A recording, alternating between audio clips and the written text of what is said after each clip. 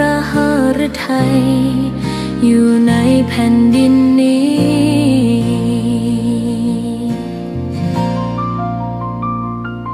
สวนดอกไม้ยังบานดังวันเก่าราวกับเจ้าดอกไม้รู้ว่าพระองค์จากไปแต่กลิ่นหอมยังพัดผ่านใจให้ระลึกถึงพระเมตตา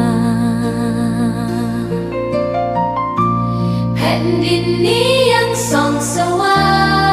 ง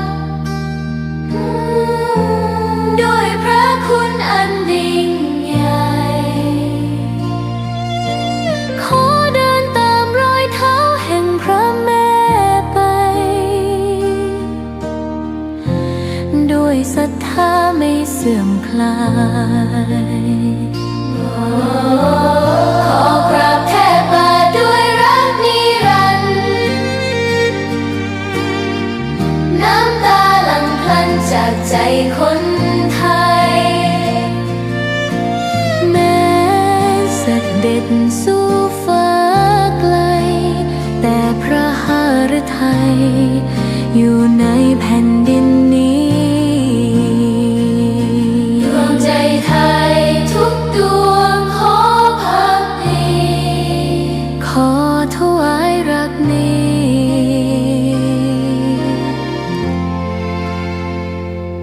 นิรันดร์หูของเราอย่าให้ใครมาเป่าหัวของเราอย่าให้ใครมาปั่นจมูกเราอย่าให้ใครจูงมันใจเรานั้นอย่าให้ใครมาหลอกลวงอายุมากแล้วระวังทั้งสี่นี้อย่าให้มีความหลงเชื่อคำยุหลวงไม่เชื่อคำนินทาใดทั้งปวงคำส่อเสียดสรรเสริญหลวงหรือเยินยอโปรดอย่าเสียจุดยืนทางความคิด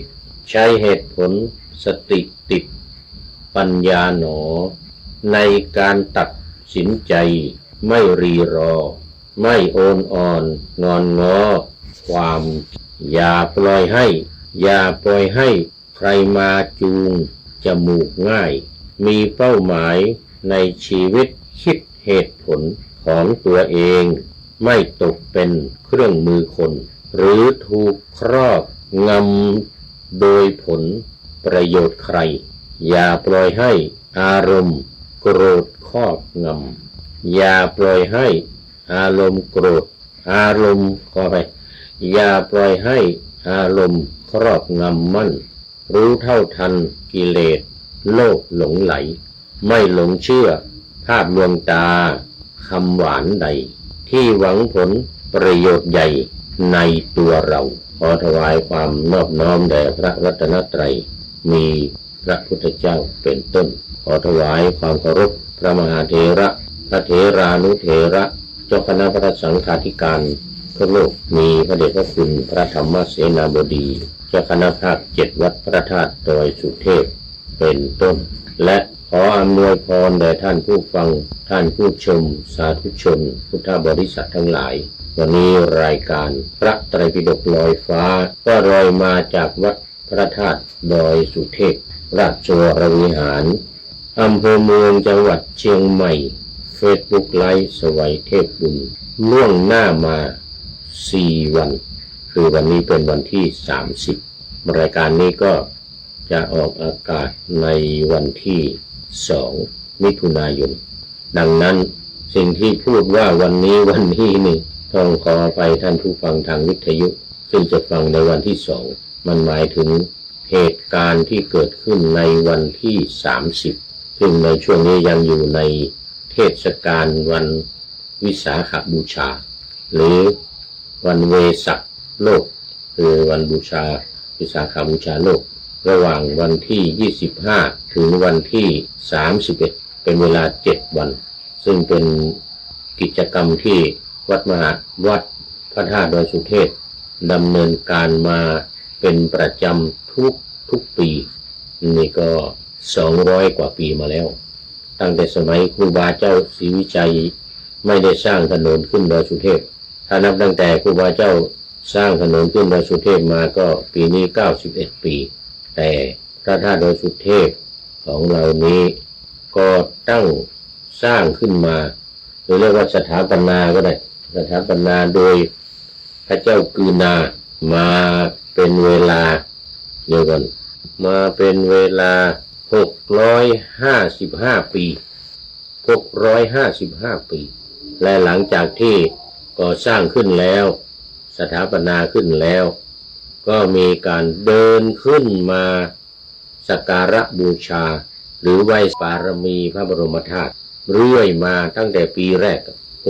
655 ปีครูบาเจ้าศรีวิชัยสร้างถนนขึ้นแค่91 ปีแล้วขึ้นมาทางไหนทางเดิมยังมีอยู่ตอนนี้ก็ยังเดินขึ้นกันอยู่วันนี้นี่มีการเดินขึ้นสองทางเก่ากับทางใหม่ทางใหม่คือทางที่ครูบาเจ้าศรีวิชัยสร้างนี่ซึ่งตอนนี้ราดยางอย่างดีทั้งรถทั้งคนเดินขึ้นได้สบายรถก็วิ่งขึ้นได้สบายแต่ทางเก่ารถขึ้นไม่ได้มีแต่คนเดินอย่างเดียวซึ่งสมัยก่อนเนี่ยเดินจากวัดสวนดอกเดินจากวัดสวนดอกมานี่นะผ่านมาทางตลาดต้นพยอมผ่านมหาวิทยาลัยเชียงใหม่สมัยนั้นยังไม่มีมหาวิทยาลัยยังไม่มี เป็นป่าไม้ดงดิบเขาเลี้ยงผีกันอยู่อุแสะเนี่ยแสะนี่สมัยก่อนนี่เขาเลี้ยงกันอยู่ตรงนี้พอมหาวิทยาลัยตั้งขึ้นนี่ก็เลยย้ายไปนู่นดอยคำการเลี้ยงดงที่นี่เขาเรียกว่าการเลี้ยงดงปูแสะเนี่ยแสะนี่นะเพราะมันไม่มีดงแล้วตอนนี้ดงดำป่าไม้ดงดิบดงดำไม่มีแล้วข้างล่างวัดฝายหินเนี่ยสมัยก่อนมันเป็นดงป่าพุงดงป่าป่าไม้ดงดิบโอ้เขียวขจีพอมหาวิทยาลัยตั้งขึ้นก็กำแพงชิดวัดฝายหินเลยทีนี้ดงดำดงดิบไม่มีแล้วปูแสะเนี่ยแสะการเลี้ยงดงก็ย้ายไปนู่นวัดดอยคำย้ายไปวัดดอยคำโอ้ตอนนี้ขอต้อนรับพ่อฤาษีไกรสอนนาคาโอ้พ่อฤาษีไกรสอนนาคาเข้ามาเป็นท่านแรกวันนี้เป็นอาทิกัลยาโนเป็นผู้มีความงามในเบื้องต้นตามมาด้วยพระเดชพระคุณหลวงพ่อสุทธิสงุมรำก็เป็นอาทิกัลยาโนเหมือนกันเพราะเป็นความงามในเบื้องต้นเพราะตอนนี้ป่าหน้าธรรมะยังไม่เสร็จ ยังไม่ได้เข้าเนื้อเรื่องยังไม่ได้เข้าเนื้อเรื่องของพระไตรปิฎกเวลาเพิ่งผ่านมานี่10 นาทีอีกสักประเดี๋ยวจะเสร็จแล้วอีกสักประเดี๋ยวเสร็จแล้วเพราะว่าตอนนี้ยังอยู่ในช่วงการประชาสัมพันธ์ในช่วงแรกวันนี้ไปตั้งโรงทานเดินขึ้นดอยโอ้โมทนาสาธุกับก็ไกรสอนปู่ฤาษีไกรสอนที่มาตั้งโรงทานตอนนี้มันเต็มไปหมดโรงทานตั้งแต่เชิงดอยสุเทพขึ้นมาโน้นห้วยแก้วอะไรนะไม่ใช่ห้วยแก้ว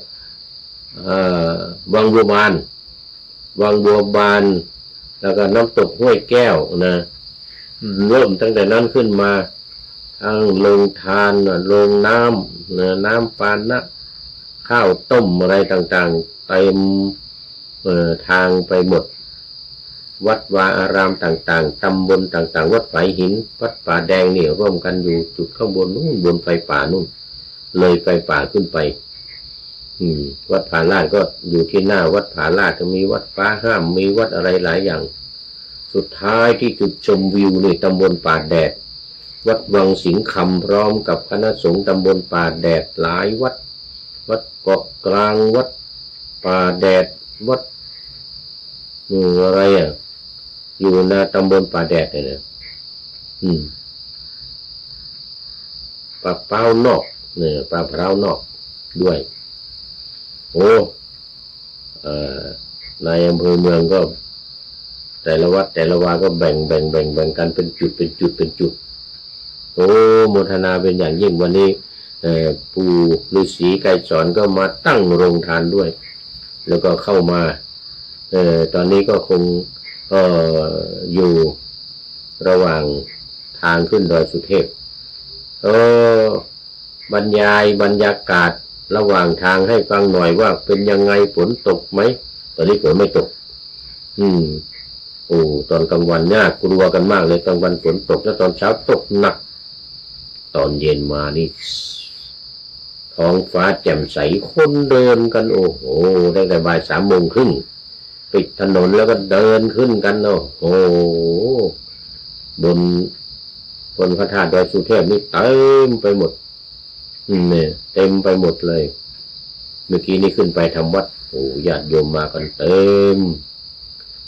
รถปกติจะขี่รถขึ้น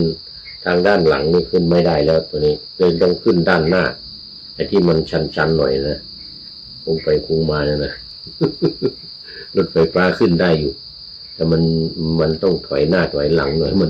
มันหักศอกไม่พ้นหักไม่พ้นต้องถอยมาแล้วก็หักไม่อีก ด้านหน้านี่ด้านหน้าตอนนี้เขาล้อมหมดข้างหลังเนี่ยขึ้นไม่ได้เพราะว่าจะทำข้าวมัทุปายาตจะหุงข้าวมัทุปายาตโอ้โหต้องเต็มใหญ่หมดเลยเต็มถนนหมดเลยปิดถนนเลยปิดทางเดินนะปิดทางเดินมันไม่ใช่ถนนหรอกแต่มันเป็นทางเดินที่จะขึ้นมาบนพระธาตุปกติรถเราก็จะผ่านไปที่หน้ากุฏิพระเดชพระคุณหลวงพ่อเสร็จแล้วก็ไปขึ้นทางลาดทางโน้นที่หน้าชมวิวที่จุดชมวิวเอาละวันนี้เป็นวันไหว้สาปารมีพระบรมธาตุดอยสุเทพตามป่าเวณีเตียวขึ้นดอยป่าเวณีเตียวขึ้นดอยไหว้สาปารมีพระบรมธาตุดอยสุเทพหรือตามฮีดตัวหอยขึ้นดอยสุเทพตามฮีดตัวหอยเตียวขึ้นดอยสุเทพภาษาล้านนาโอ้ปู่ฤาษีไกรสอนโอ้สุดยอดเลยสุดยอดฝนไม่ตกรายงานเข้ามาแล้วฝนไม่ตกนะดีมากไอ้ตอนดึกๆมาตอนใกล้สว่างไม่แน่ตอนเช้านี่โอ้โห5-6 โมงเช้าตกฝนตกหนักนึกว่าจะไม่ได้ขึ้นไปธรรมัดใช่แล้วแต่พอใกล้จะ7 โมงมามันก็ซาลงขึ้นไปได้สบายช่วงนี้เป็นช่วงสุดท้ายวันที่30 ถึง 31 30ก็อัญเชิญน้ำสงฆ์พระบรมธาตุดอยสุเทพและผ้าไตรพระราชทานขึ้น7:30 นาทีเนี่ยเริ่มแล้วเนี่ยเริ่มพอดีเลยเนี่ย7:30 19:30 นาทีก็เอาไว้19:30 นาทีเริ่มจากลานครูบาเจ้าศรีวิชัยบ่าย 4 โมงนั้นทำพิธีนะ5:30ขบวนแห่เริ่มออกจากศาลาธรรมมหาวิทยาลัยเชียงใหม่มารออยู่ที่ลานครูบาเจ้าศรีวิชัยเสร็จแล้วก็19:30 นาทีก็เริ่มขบวนขึ้นมาถึงวันพรุ่งนี้เช้าวันที่31ประมาณ 5:00 ไม่เกิน 5:30ถึงหมดเลยท ทุกขบวนขึ้นมาเรียกว่าทุกขบวนทุกขบวนถึงหมดเลยมันจะเริ่มถึงก็ประมาณตั้งแต่ตีสามครึ่งตีสี่เนี่ยนะขบวนแรกก็ขึ้นถึงแล้วขึ้นมาขบวนท้ายสุดท้ายสุดในประมาณไม่เกินตีห้าครึ่งไม่เกินตีห้าครึ่งเพราะขบวนมันเยอะเขาเรียกบุษบกอะไรบุษบกโอ้โหใส่น้ำสงฆ์พระบรมธาตุดอยสุเทพและผ้าไตรพระราชทานตามด้วยขบวนของท่านผู้ว่าราชการจังหวัดเชียงใหม่นั่งบนบุษบกขึ้นมาท่านอธิการบดีมหาวิทยาลัยเชียงใหม่มหาวิทยาลัยราชภัฏมหาวิทยาลัยเทคโนโลยีล้านนาศาลฎีกาภาค5ประธานศาลฎีกาภาค5ก็นั่งแล้วก็ตำรวจภาค5นี่เป็นประจำทุกปีแล้วก็เวลา10 นาฬิกาพิธีบวงสรวงก็ไม่นานนะประมาณ15 นาทีหลังจากนั้นก็พิธีส่งน้ำพระบรมธาตุดอยสุเทพโดยท่านผู้ว่าราชการจังหวัดเชียงใหม่เป็นประธานแล้วก็ถวายทายธรรมทายทานถวายผ้าไตรพระราชทานถวายพระเดชพระคุณหลวงพ่อพระธรรมเสนาบดีผ้าไตร10 ไตรก็ถวายพระสงฆ์เจริญชัยมงคลคาถา10 รูปเจริญชัยมงคลคาถา10 รูปแล้วก็ถวายพระตาหารเพลเป็นเสร็จพิธีในวันที่31คราวนี้วันที่2นะวันที่2ที่รายการนี้ออกอากาศเนี่ยก็เป็นในช่วงของวันอัฐมีบูชาซึ่งเริ่มจากวันที่1 มิถุนายนจนถึงวันที่8 มิถุนายนเรียกว่าอัฐมีบูชาแรม8 ค่ำเป็นวันพระราชทานเพลิงพระบรมศพองค์สมเด็จพระสัมมาสัมพุทธเจ้าโดยเทวดาจุดพุทธเลยไม่มีพระราชามหากษัตริย์หรือประชาชนไม่มีใครจุดไฟเลยเทวดาจุดเองปุ๊บขึ้นไหม้เลยหลังจากที่พระมหากัสสปะและพระสงฆ์สาวกจำนวน500 รูปกราบเสร็จเรียบร้อยพุทธบาทโผล่ออกมาจากรางเหล็กนะทะลุผ้าที่พันพระบรมศพ500 ชั้นสำลี500 ชั้นใส่สำลีเสร็จเรียบร้อยลาดน้ำมันงาอีกชั้นหนึ่งผ้าอีกชั้นหนึ่งลาดน้ำมันงาผ้าเสร็จแล้วก็สำลีผ้าเสร็จแล้วก็สำลี500 ชั้นน้ำมันงาลาดเข้าไว้ไฟลุกพรึบเลยคนไม่ต้องจุดมนุษย์มนาทั้งหลายงงกันเป็นไก่ตาแตกเลยรอพระมหากัสสปะกราบพระบาทของพระพุทธเจ้าเรียบร้อยแล้วเนี่ยเงยหน้าขึ้นมายังไม่ทันไฟลุกพรึบเลยปู่ฤาษีโอ้โหปานนั้นเลยทีเดียวเอาละตอนนี้หมดประชาสัมพันธ์ตอนนี้ก็เสียงดังกันเลื่อนสะเทือนเลื่อนลั่นเดินกันมาตั้งแต่บ่าย 3:30 4 โมงเลยนะแล้วก็พิธีนี่ก็ขบวนพิธีเริ่มทุ่ม ตอนนี้ก็เคลื่อนขึ้นมาแล้วเดินเคลื่อนขึ้นมาแล้วจากวัดหน้าวัดศรีโสดาขึ้นมาแล้วทุ่มอีก10 นาทีแล้วแต่มันก็ไม่ไวนะช้าบุษบกก็ต้องลากนั่นนะลากบุษบกด้วยตอนนี้ก็มาเข้าสู่เนื้อหาสาระของธรรมะในรายการพระไตรปิฎกลอยฟ้ากันเลยวันนี้เป็นติลัชฌานะคตวัตถุเรื่องของสัตว์เดรัจฉานห้ามบวช เมื่อวานนี้ว่าไปได้ถึงตอนที่วิสัทโธนิทังอัปโกมิมีความว่าเมื่อภิกษุนั้นยังไม่ออกนาคนั้นไม่ปล่อยสติหลับอยู่ด้วยอำนาจแห่งความหลับอย่างลิงนั่นแหละเพราะกลัวแต่เสียงร้องครั้นเมื่อภิกษุออกไปแล้วจึงปล่อยสติวางใจคือหมดความระแวงดำเนินไปสู่ความหลับอย่างเต็มที่มันก็ที่อธิบายไปแล้วเมื่อวานเอาละวันนี้มาต่อ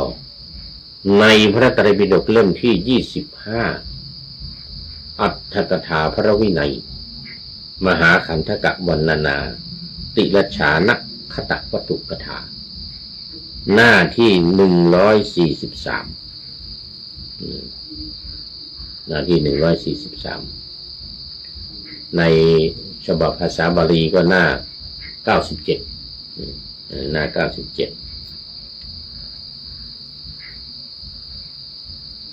มาดู2บทว่าวิสระมกาสิมีความว่าภิกษุนั้นด้วยอำนาจความกลัวสัสมณะละสมณะสัญญาเสีย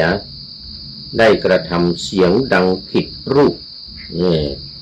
คือภิกษุที่เข้าไปเห็นนาคที่หมดสติแล้วก็ร่างกายก็กลับกลายเป็นนาคเต็มอยู่ในห้องคือภิกษุเล่ากันแล้วเมื่อวานก็คือภิกษุเข้าไปเรียกไปนิมนต์มาฉันเพลปกตินี่ก็จะมาฉันเพลโดยไม่ได้ไปเรียกแต่วันนี้ไม่มาภิกษุรูปอื่นจึงเข้าไปที่ออกไปเมื่อกี้นั้นภิกษุอีกรูปหนึ่งนะภิกษุที่อยู่ที่ดูแลที่อยู่ด้วยกันพออีกรูปหนึ่งไม่เห็นลงมาฉันเพลก็เลยขึ้นไปตามเรียกตั้งแต่หัววันใดท่านนิมนต์ฉันเพลนิมนต์ฉันเพลเข้าไปโอ้โหพญานาคเต็มในห้องเลยโอ้ตัวใหญ่ยาวหมดสติไม่ระแวงอย่างว่าไม่ระแวงปล่อยสติวางใจไม่ระแวงไม่คิดว่าภิกษุจะมาเรียกไปฉันเพลตอนนี้นาคที่ปลอมบวชนะปลอมบวชเข้ามานอนในกุฏิเป็นคนปลอมเป็นหนุ่มรูปหล่อเอามาบวชเสียงดังดีกันเนี่ยวิสระมกาสิโอ้โหได้กระทำเสียงดังผิดรูปเลยวิแปลว่าวิเศษแปลว่าแจ้งนะวิเศษสระแปลว่าเสียงโอ้ทำเสียงดังผิดรูปเลยพอเห็นนาคโอ้โหนี่ไม่ใช่คนนี่เป็นนาคนี่ปลอมเข้ามาบวชนี่โอ้ตะโกนเสียงดังใหญ่เลยร้องเสียงดังใหญ่เลยกลัวเพราะความกลัวด้วยอำนาจความกลัวละสมณสัญญาเลยเพื่อนนะครับโอ้ละเรื่องความสงบเลยร้องเสียงดังออกไปบอกพระอุปชาเลยบอกว่าโว้นาคองค์นี้ไม่ใช่คนเนี่ยเป็นนาคเข้ามาบวชเลยปลอมตัวมารู้กันทั่ววัดเลยทีนี้วัดเชตวันรู้กันทั่วเลยสองบทว่าตุมเหสมมติว่าตุมเหขวัฏฐะตัดบทว่าตุมหะโขตุมเหขวัฏฐะนี่นะตุมหะโขแล้วก็อัฏฐะตุมหะโขแล้วก็อัฏฐะเข้ามาต่ออีกบทนั้นท่านมีได้ทำการลบอักษรกล่าวไว้นะความสังเขปในคำนี้ผู้ศึกษาพึงทราบดังนี้ว่าท่านทั้งหลายแลเป็นนาคชื่อเป็นผู้มีธรรมไม่งอกงามผู้มีธรรมไม่งอกงามคือ ไม่เป็นผู้มีธรรมอันงอกงามในธรรมวินัยนี้เพราะเป็นผู้ไม่ควรแก่ฌานวิปัสสนาและมรรคผลก็เป็นสัตว์เดรัจฉานนะเป็นสัตว์เดรัจฉานก็ไม่สามารถที่จะบรรลุฌานหรือวิปัสสนาหรือมรรคหรือผลอะไรได้ถึงแม้เข้ามาบวชก็ตามจะปฏิบัติยังไงก็ไม่ได้ไม่สมควรบทว่าสัชาติยาได้แก่นางนาคนั่นเองแต่ว่าเมื่อใดนาคนั้นเสพเมถุนด้วยชาติอื่นต่างโดยชนิดมีหญิงมนุษย์เป็นต้นเมื่อนั้นย่อมเป็นเหมือนเทพบุตรส่วนคำว่าปัจจัยสองอย่างในบาลีนี้พระผู้มีพระภาคตรัสแล้วด้วยอำนาจแห่งการชี้กรรมซึ่งปรากฏตามสภาพเนืองๆในประวัติการและกรรมซึ่งปรากฏตามสภาพย่อมมีแก่นาคใน5การคือเวลาปฏิสนธิหนึ่งเวลาที่ลอกคราบหนึ่งเวลาที่เสพเมถุนด้วยนางนาคชาติของตนมีชาติเสมอกันหนึ่งเวลาที่วางใจยังลงสู่ความหลับหนึ่งเวลาจุติหนึ่งจุติคือเคลื่อนคือตายนะแล้วเคลื่อนคือตายกรรมที่ปรากฏสภาพย่อมมีแก่นาคใน5การ5เวลาคือเวลาปฏิสนธิเวลาลอกคราบ2 3เวลาเสพเมถุนกับนางนาคที่มีชาติเสมอกัน3วางใจอย่างลงสู่ความหลับและ4เวลาจุติคือเวลาตายอันนี้จะไม่มีสติไม่มีสติปล่อยวางใจไม่มีสติโอ้หนูมากในห้องนี้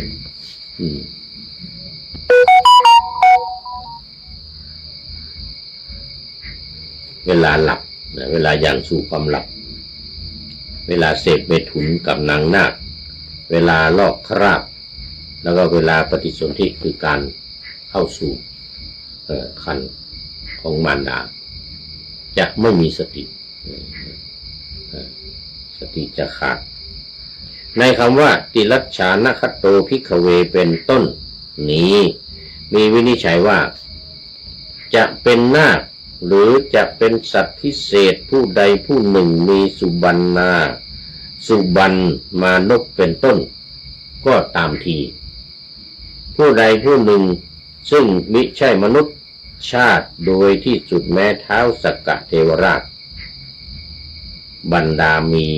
ทั้งหมดเที่ยวพึงทราบว่าเป็นดิรัจฉานในอัตนี้ผู้นั้นอันภิกษุทั้งหลายไม่ควรให้อุปสมบทบวชไม่ได้นะ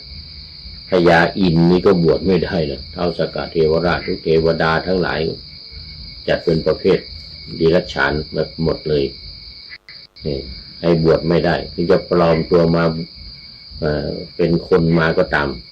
เหมือนนาคเนี่ยปลอมตัวเป็นคนมาไม่ได้อุปสมบทไม่ควรให้บรรพชาก็คือไม่ให้บวชเป็นสามเณรแม้อุปสมบทแล้วก็ควรให้ฉิบหายเสียใช้คำหนักให้ลาสิกขานี่ก็ยังพอฟังนี่อันนี้ให้ฉิบหายเพราะว่าเขาถือว่าการลาสิกขาเป็นวิภมิงสุเนี่ยหมุนไปผิดตอนนี้ขอต้อนรับแม่ชีอรวรรณมณีรัตนโชตินี่FC เก่าแก่นานเมกาเลแล้วนี่ไม่เข้ามานะตั้งแต่จะหลายเดือนนะตั้งแต่สมัยอยู่ดอยสัพพัญญูแล้วเนี่ยดอยสัพพัญญูไม่ว่าตอนนี้อยู่ที่ไหนไปประเทศอังกฤษหรือยังไปเรียนปริญญาเอกสาขาภาษาบาลีที่ประเทศอังกฤษ โอ้ไปเดินทางไปหรือยังน้อนี่หรือว่ายังอยู่เมืองไทย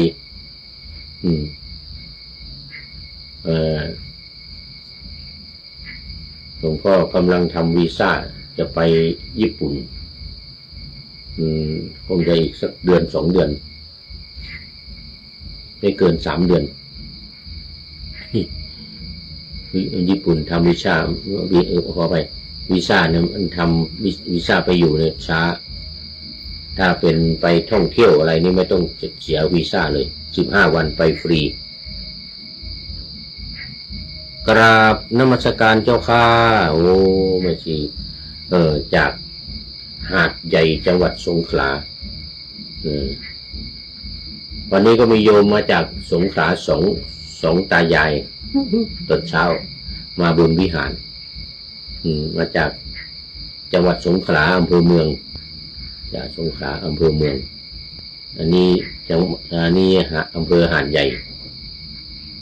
แต่หาดใหญ่นี่มีความเจริญยิ่งกว่าอำเภอเมืองหาดใหญ่ในจังหวัดสงขลาเนี่ยนะในตัวจังหวัดนี่สู้หาดใหญ่ไม่ได้สู้อำเภอหาดใหญ่ไม่ได้เป็นอำเภอที่เจริญแล้วก็ใหญ่โตสวยงามโดยเฉพาะการค้าการขายโอ้โมทนาเป็นอย่างยิ่งยังอยู่ที่ไหนกาญจนบุรีหรือว่าไปทางภาคตะวันออกเฉียงเหนือไม่ค่อยอยู่เหมือนกันแม่ชีอรวรรณนี่ก็ แต่ว่าแต่งตัวเหมือนกับแม่ชีพม่านะเหมือนกับแม่ชีพม่าคือใส่ผ้าสีดำเหมือนกับทางประเทศพม่าเพราะว่าไปบวชจากประเทศพม่ามา โอ้โมทนาเป็นอย่างยิ่ง มาคราวนี้ก็มาสู่เนื้อหาต่อไปติรัชฉานคถาจบติรัชฉานคตวัตถุคถาเรื่องของสัตว์เดรัจฉานที่ไม่ให้บวชเข้ามานี่รวมทั้งท้าวสักกะเทวราชและเทวดาทั้งหลายบรรดามีว่างั้นนะที่จะปลอมแปลงมาเป็นมนุษย์มาหรือเป็นอะไรมาก็ตามนะไม่ให้บวชทั้งนั้นเอานี่จบพอดีโอ้ยังมีเวลาเดี๋ยวต้องต่ออีกต้องต่ออีกมาตุคาตะ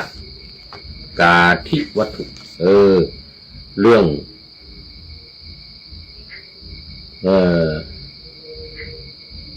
เขาเรียกอะไรฆ่ามารดาเป็นต้นเพราะเขาเรียกว่าอนันตริยกรรมนะอนันต์บรรดาคนที่เป็นคนที่ทำผิดเป็นอนันตริยกรรมทั้ง5 อย่างเนี่ยนะห้ามมีการฆ่ามารดาฆ่าบิดาทำพระโลหิตของพระตถาคตพ่อขึ้นอย่างนี้นะแล้วก็ทำสังฆเพศทำให้สงฆ์แตกกันอย่างนี้นะอันนี้บอกอนันตริยกรรมทั้ง5นี้ห้ามบวชห้ามสวรรค์ห้ามนิพพานห้ามบวชเพื่อทราบวินิจฉัยในเรื่องบุคคลผู้ฆ่ามารดาเป็นต้นต่อไปโอ้อนันตริยกรรมนี้กำหนัก2 บทว่านิขันติงกระยังมีความว่าเราพึงกระทำความออกคือความหลีกไปความชำระสะสางนี่คือชำระสะสางต้องออกไปต้องหลีกไปถ้าเข้ามาบวชนี่นะทราบภายหลังว่าโอ้ฆ่าพ่อฆ่าแม่มาเนี่ยเป็นอนันตริยกรรมนะฆ่าพ่อฆ่าแม่เป็นต้นนี่นะฆ่าแม่เป็นต้นนี่นะโอ้ไม่ได้แล้วห้ามบวชโดยเด็ดขาดถึงบวชแล้วก็ให้ชิบหายไปอย่างว่าแต่ว่าต้องชำระสะสางหลีกไปนะในคำว่ามาตุคาตโกภิกขเวนี้มีวินิจฉัยว่ามารดาผู้ให้เกิดซึ่งเป็นหญิงมนุษย์อันบุคคลใดแม้ตนเองก็เป็นชาติมนุษย์เหมือนกันแกล้งโปร่งเสียจากชีวิตบุคคลนี้เป็นผู้ฆ่ามารดาด้วยอนันตริยกรรมอนันตริยมาตุคาตกรรม อนันตริยมาตุฆาตกรรมก็คือกรรมคือการฆ่ามารดาซึ่งเป็นอนันตริยกรรม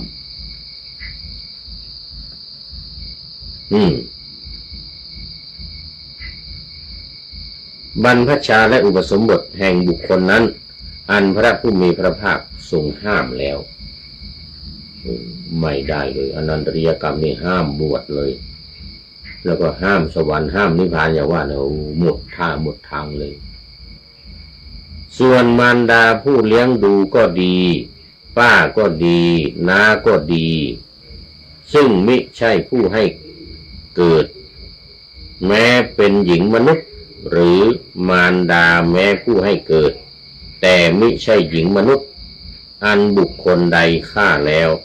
บรรพชาของบุคคลนั้นพระผู้มีพระภาคไม่ทรงห้ามและเขาไม่เป็นผู้มีอนันตริยกรรมก็หมายถึงว่าคนเลี้ยงดูไม่ใช่คนที่ให้กำเนิดนะเป็นแม่เลี้ยงเป็นแม่เลี้ยงนี่ไม่เป็นไรเป็นป้าก็ดีเป็นน้าก็ดีเนี่ยแม้เป็นหญิงมนุษย์นะเป็นหญิงมนุษย์เนี่ยก็ตามก็ให้บวชได้หรือมารดาผู้ให้กำเนิดนั่นแหละแต่ไม่ใช่มนุษย์อาจจะเป็นลูกของนาคเป็นอมนุษย์แต่ไม่ใช่มนุษย์อันบุคคลใดฆ่าแล้วถ้าสมมติว่าเป็นลูกของนาคก็ดีเป็นลูกของอะไรบางทีปลอมตัวมาอย่างว่าฆ่าไม่เป็นอนันตริยกรรมแล้วก็ให้บวชได้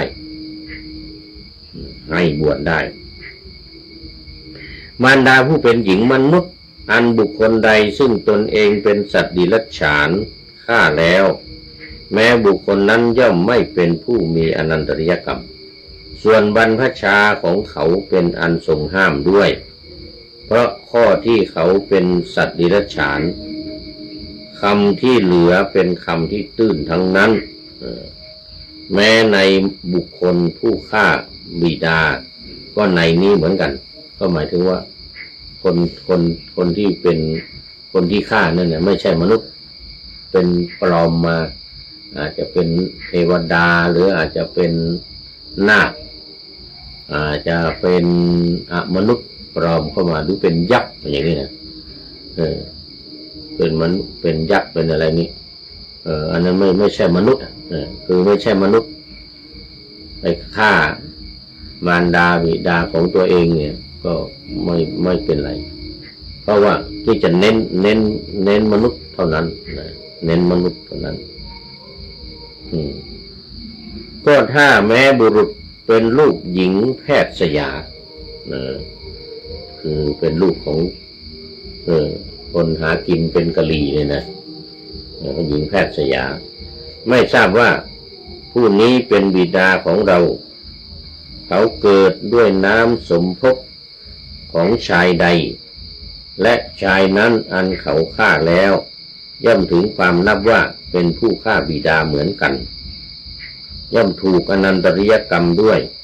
แม้บุคคลผู้ฆ่าพระอรหันต์พึงทราบด้วยอำนาจพระอรหันต์ผู้เป็นมนุษย์เหมือนกันคือไปฆ่าบิดาของตัวเองเนี่ยแต่ว่าตัวเองเป็นลูกของหญิงแพทย์สยาไม่รู้ว่าใครเป็นพ่อมันหลายคนเหลือเกินใครเอาไปนอนด้วยก็จ่ายเงิน500กหาปณะบางคน1,000กหาปณะอย่างเงี้ยนะเสร็จแล้วไม่รู้เป็นลูกใครบังเอิญไปฆ่าคนที่เป็นพ่อของตัวเองที่ให้น้ำสมภพน้ำเชื้อกับมารดาของตัวเองซึ่งเป็นหญิงแพทย์สยาเนี่ยนะเกิดตัวเองออกมาเป็นคนแล้วเราไปฆ่าคนนั้นถือว่าเป็นอนันตริยกรรมทั้งที่ไม่รู้ก็ตามเพราะว่าเขาเป็นคนให้กำเนิดเป็นคนให้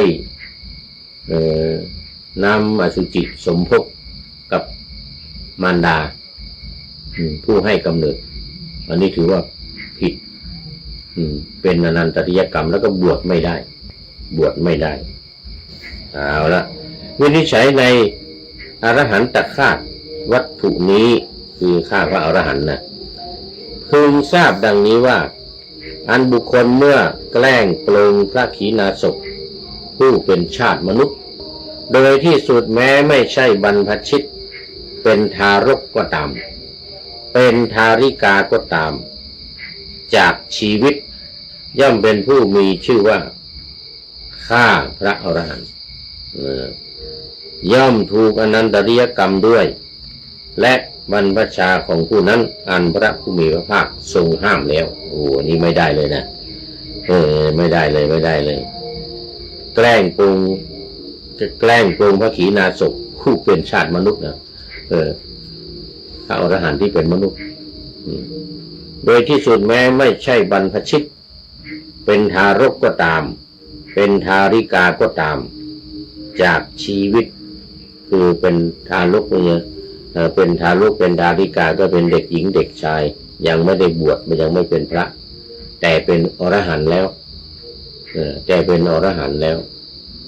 ก็คือบรรลุธรรมแล้วเป็นพระอรหันต์ก็เรียกว่าเป็นอนันตริยกรรมส่วนบุคคลฆ่าพระอรหันต์ซึ่งมิใช่ชาติมนุษย์หรือพระอริยบุคคลที่เหลือซึ่งเป็นชาติมนุษย์ยังไม่เป็นผู้มีอนันตริยกรรมแม้บรรพชาของเขาก็ไม่ทรงห้ามแต่ว่ากรรมเป็นของรุนแรงติรัจฉานแม้ฆ่าพระอรหันต์ซึ่งเป็นชาติมนุษย์ก็ไม่เป็นผู้มีอนันตริยกรรมแต่ว่าถึงเป็นกรรมหนักแต่ว่าไม่เป็นอนันตริยกรรมเพราะว่าเขาเป็นสัตว์ดิรัจฉานหลายบทว่าเตวทายะโอนียันติมีความว่าโจรเหล่านั้นอันพวกราชบุรุษย่อมนำไปเพื่อประโยชน์แก่การฆ่าอธิบายว่านำไปเพื่อประหารชีวิตนี่หมายถึงโจรที่พวกราชบุรุษย่อมนำไปหรือนำไปประหารชีวิตเตวทายะก็คำใดที่พระธรรมสังฆาหากาจารย์ทั้งหลายกล่าวไว้ในบาลีว่าสัจจาจะมะยังความแห่งคำนั้นเพียงนี้เองว่าสัจเจมะยังจริงอยู่ในพระบาลีนั้นท่านกล่าวนิบาตนี้ว่าสัจจาจะในเมื่อนิบาตว่าสัจเจอันท่านพึงกล่าวสัจเจแปลว่าครั้นเมื่อแปลว่าถ้าว่านะอีกอย่างหนึ่งปาฐะสัจเจก็มีในสองศัพท์นั้นศัพท์ว่าสัจเจเป็นสัมภาวนัตถนิบาตศัพท์ว่าจะเป็นนิบาตใช้ในอัตมาดว่าเป็นเครื่องทำบทให้เต็มแต่ไม่ได้แปลว่าด้วยหรือไม่ได้แปลว่าและปาถามว่าสัจจัดชักเมื่อยังบ้างความแห่งปาฐะนั้นว่าสัจเจอัจฉะเมื่อยังในวันนี้ถ้าว่าพวกเราทั้งหลายพร้อมแล้วอย่างนี้แล้วว่าก็เริ่มกิจกรรมกันได้เลยเรื่องของมาตุคาตาทิวัตถุเรื่องการฆ่ามารดาเป็นต้นจบยังมีเวลาต่ออีก วันนี้ที่เชียงใหม่มีการเดินขึ้นดอยสุเทพคนเต็มถนนไปหมด FC ทางเชียงใหม่ก็เลยเงียบแต่พระนานปู่ฤาษีไกรสอนก็เชียงใหม่เหมือนกันแต่ว่าน่าจะไม่ได้มาเดินมาอยู่ตั้งโรงทานไม่เดินขึ้นดอยสุเทพก็จริงแต่ว่ามาตั้งโรงทานก็ร่วมกันมาร่วมกันตอนนี้ภิกขุณีทูสกาธิวัตถุ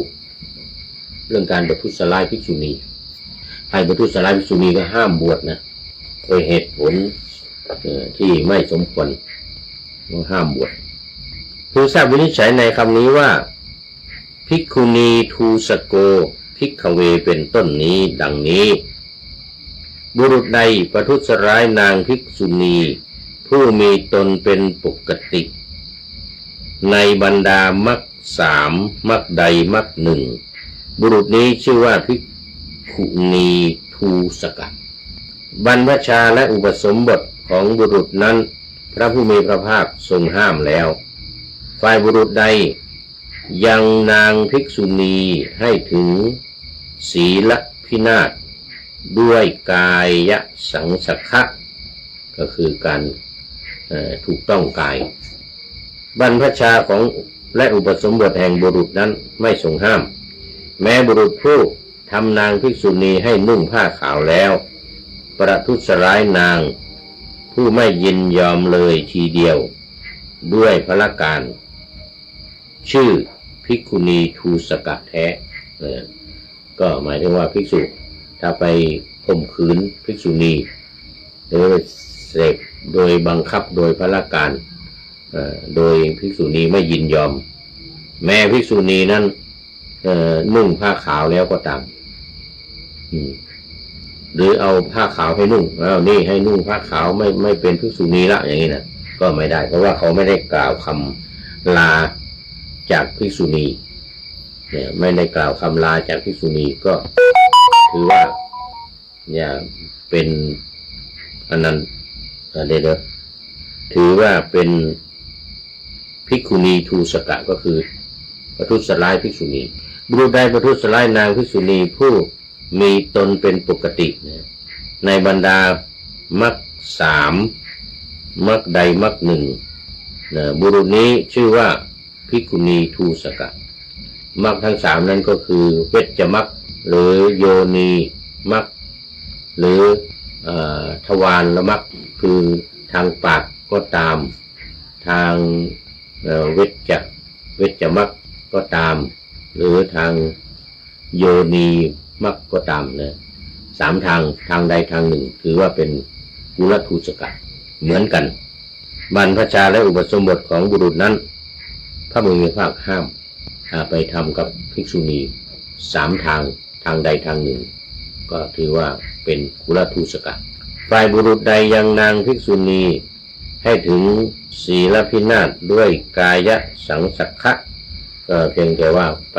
เสียดสีไปกระทบทางกาย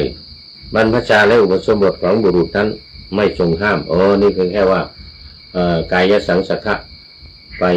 สัมผัสไปถูกต้องทางกายล่วงเกินล่วงละเมิดแต่ว่าไม่ถึงกับเสพไม่ถึงกับเสพทั้งสามทางไม่เป็นไรไม่ทรงห้ามเอาละฝ่ายบุรุษผู้ทำนางภิกษุณีให้นุ่งผ้าขาวด้วยพละการแล้วประทุษร้ายนางผู้ยินยอมอยู่ไม่เป็นผู้ชื่อภิกขุณีทูสกะถ้ายินยอมถ้าให้นุ่งผ้าขาวแล้วภิกษุณีนั่นก็ยินยอมมันอย่างนี้ไม่เป็นภิกขุณีกุลทูสกะอันนี้ยังให้บวชได้ไม่ทรงห้ามการบวชอันนี้หมายถึงบุรุษนะไม่ใช่ภิกษุนะเป็นบุรุษทั่วไปฝ่ายบุรุษเตือนถามว่าเพราะเหตุไรเพราะนางภิกษุณีนั้นย่อมเป็นผู้มิใช่นางภิกษุณีในเมื่อความเป็นคฤหัสถ์มาดว่าอันตนยอมรับทีเดียวเพราะว่านุ่งผ้าขาวแล้วด้วยไม่ได้นุ่งผ้ากาสาวพัสแล้วนุ่งผ้าขาวแล้วก็ยอมรับว่าตัวเองเป็นคฤหัสถ์แล้วก็มีความยินดีในการเสพกามนั้นทั้งสามทางใดทางหนึ่งแล้วด้วยความยินดีเนี่ยอันนี้ถือว่าบุรุษคนนั้นไม่เป็นกุลทูสกะส่วนบุรุษผู้ประทุษร้ายนางภิกษุณีผู้เสียศีลแล้วคราวเดียวในภายหลังและปฏิบัติผิดในนางสิกขามานาและสามเณรีทั้งหลายไม่จัดว่าภิกขุณีทูสกะเหมือนกันย่อมได้ทั้งบรรพชาทั้งอุปสมบทอันนี้หมายถึงบุรุษนะบุรุษที่ประทุษร้ายนางภิกษุณีผู้เสียศีลแล้วคราวเดียวคือคนภิกษุณีที่เสียศีลไปแล้วที่นุ่งผ้าขาวไปแล้วที่หมายถึงสึกไปแล้วว่างั้นนะสึกไปแล้วในภายหลังและปฏิบัติผิดในนางสิกขามานาและสามเณรีทั้งหลายที่นุ่งผ้าขาวไปแล้วศีล ศีลวิบัติไปแล้วเนี่ยไม่เป็นไรไม่ถือว่าเป็นกุละไม่ถือว่าเป็นภิกขุณีทูสกะเอาละตอนนี้ดูไปดูมาหมดเวลา เอาไว้แค่นี้ก่อนอุปสมบทได้บวชได้อุปสมบทได้อุปสมบทได้วันนี้หมดเวลาโอ้แม่ชีอรวรรณมณีรัตนโชติก็เป็นปริโยสานะกัลยาณีคือเป็นผู้มีความงามในที่สุดแม่ชีไม่ได้บอกแม่ชีคงไม่รู้ว่าFC ที่คอมเมนต์เข้ามาท้ายรายการเนี่ยและถ้าระหว่างกลางเป็นมัชเชกัลยาณังถ้าเป็นท้ายนี่เรียกว่ามัชเชกัลยาณังปริโยสานะกัลยาณังผู้มีความงามในที่สุดตั้งเอาเปรียบเทียบเอาเพราะว่าบางคนเข้ามาแต่หัวรุ่งก็ถือว่าเป็นอาทิกัลยาณังมีความงามในเบื้องต้นบางคนเข้ามาในท่ามกลางรายการใกล้จะจบแล้วเป็นมัชเชกัลยาณังส่วนสุดท้ายอย่างแม่ชีอรวรรณนี้เป็นที่สุดเรียกว่าปริโยสานะกัลยาณังมีความงามในที่สุดแต่เป็นผู้หญิงไม่เป็นแม่ชีก็เป็นปริโยสานะกัลยาณีเป็นผู้มีความงามในที่สุดคือปัญญาท่ามกลางคือสมาธิเบื้องต้นคือศีลสมาธิปัญญาโมทนากับแม่ชีอรวรรณเป็นอย่างยิ่งมาดูข้อคิดท้ายรายการวันนี้ได้จากผู้ใดหนอแลท่านนายพลนเรศจิตรักของเราวันนี้มาน่าจะมาเดินขึ้นดอยหรือเปล่าขึ้นดอยสุเทพนำลูกหลานมาขึ้นดอยสุเทพถ้ามาคืนนี้เดี๋ยวพรุ่งนี้เช้าก็เจอกันเพราะมาเห็นเข้ามาในรายการแสดงว่าไปเดินขึ้นดอยแล้วขึ้นดอยสุเทพวันนี้แต่ไม่แน่นะเมื่อวานนี้ก็ไปออกกำลังกายว่างั้นกำลังกลับมาว่ายังทันว่างั้นนะแสดงว่าวันนี้มาไม่ทันแล้วแหละให้ข้อคิดมาว่าหูของเราอย่าให้ใครมาเป่า4 อย่างนะหัวของเราอย่าให้ใครมาปั่นจมูกเราอย่าให้ใครจูงมันใจเรานั้นอย่าให้ใครมาหลอกลวง คือตาหูจมูกเดี๋ยวหูแล้วก็หัวจมูกใจ4 อย่างอย่าให้ใครมาเป่าอย่าให้ใครมาปั่นอย่าให้ใครมาจูงจมูกอย่าให้มาจูงแล้วก็ใจอย่าให้ใครมาหลอกลวงอายุมากแล้วระวังทั้ง4 นี้อย่าให้มีความหลงเชื่อคำยุหลวงคำยุยงส่งเสริมทั้งหลายนี่นะคุยบางช่างยุไม่เชื่อคำนินทาใดทั้งปวงคำนินทาทั้งหลายนี่ก็ไม่เชื่อคำส่อเสียดสรรเสริญหลวงหรือเยินยอโปรดอย่าเสียจุดยืนทางความคิดใช้เหตุผลสติติดปัญญาหนอในการตัดสินใจไม่รีรอไม่โอนอ่อนงอนง้อความคิดคน